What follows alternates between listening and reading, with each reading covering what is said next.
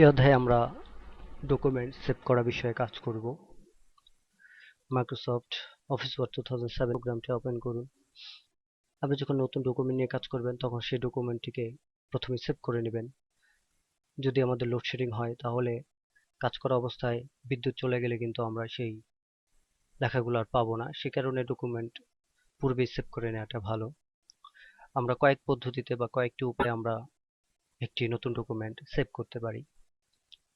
Microsoft office word 2007 এ office বাটনে click করুন।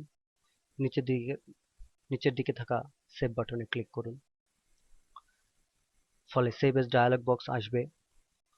এখন আপনি কোথায়, আপনার কম্পিউটারের কোথায় সেভ করতে চান ডকুমেন্টটি, সে জায়গায় আপনি যান। সাধারণত কোনো ডকুমেন্ট মাই ডকুমেন্টস অর্থাৎ ডকুমেন্টে সেভ হয়। আমরা ইচ্ছে করলে আমাদের ডিরেক্টরিটা চেঞ্জ করে আমরা আমাদের ইচ্ছে মতো যে কোনো জায়গায় সেভ করতে পারি। ধরুন আপনি মাই কম্পিউটারে কোনো ড্রাইভে সেভ করবেন, তাই বাম পাশ থেকে মাই কম্পিউটারে ক্লিক করুন, অথবা আপনি সেভ ইন বক্সের ক্লিক করে লিস্ট থেকে ড্রপডাউন মেনু থেকে আপনি কোন ড্রাইভে সেভ করবে সেই ড্রাইভটি সিলেক্ট করুন। মাই কম্পিউটারে ক্লিক করার পরে এখানে ড্রাইভগুলো চলে আসবে। ড্রাইভগুলো আপনি যে হার্ড ড্রাইভের ভিতরে সেভ করতে চান সেই হার্ড ড্রাইভে ডাবল ক্লিক করে প্রবেশ করুন। যদি আপনার নতুন ফোল্ডার লাগে তাহলে রাইট বাটন ক্লিক করে নিউ ফোল্ডার তৈরি করুন।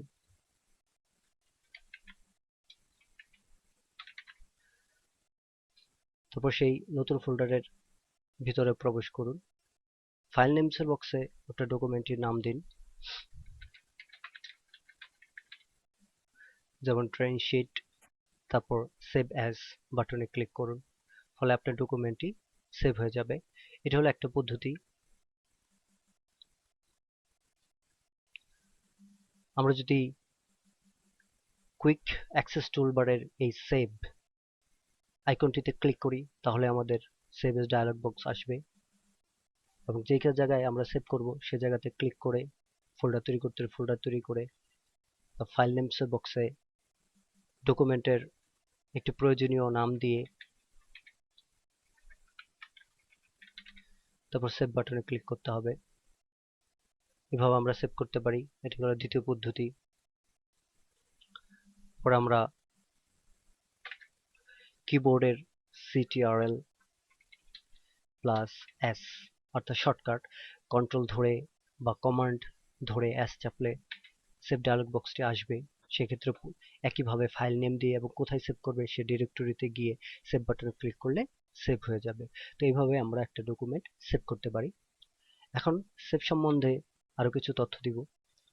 আমরা যখন একটা ডকুমেন্টকে নাম দিয়ে সেভ করি এবং সে একই ডকুমেন্টে আমরা পুনরায় কাজ করি, সেক্ষেত্রে কিন্তু প্রতিবার কোনো না কোনো পরিবর্তন করে বা কোনো কিছু মুছে দিলে বা নতুন করে লিখলে আমাদের কিন্তু বারে বারে সেভ বাটনে ক্লিক করতে হবে অথবা সেভ করতে হবে।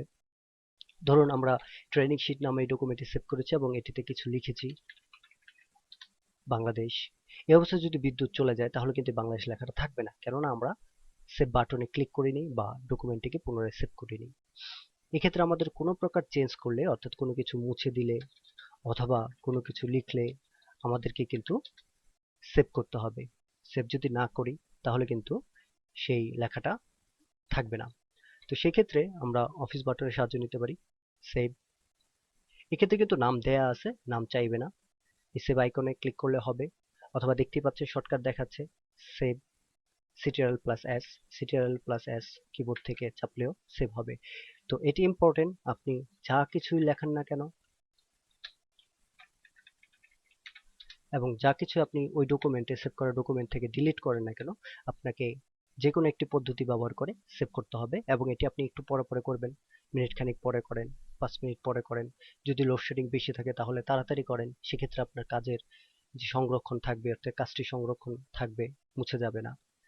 তো এভাবে আমরা কোনো ডকুমেন্ট নতুন ডকুমেন্ট নাম দিয়ে সেভ করতে পারি এবং সেই সেভ করা ডকুমেন্টে কোনো কিছু লেখার পর বা এডিট করার পর পুনরায় আবার সেভ বাটনে ক্লিক করতে হবে।